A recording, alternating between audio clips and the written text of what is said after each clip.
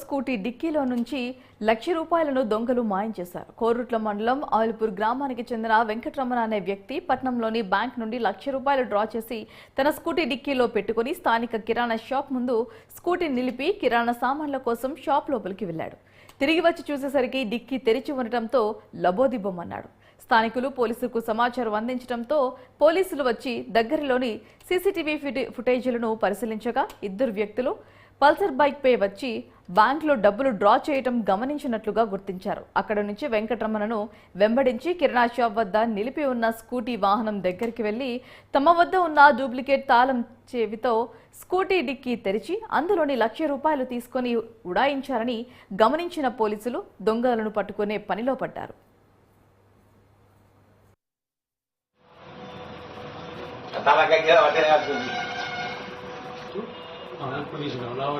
First తాళం తీసిండు.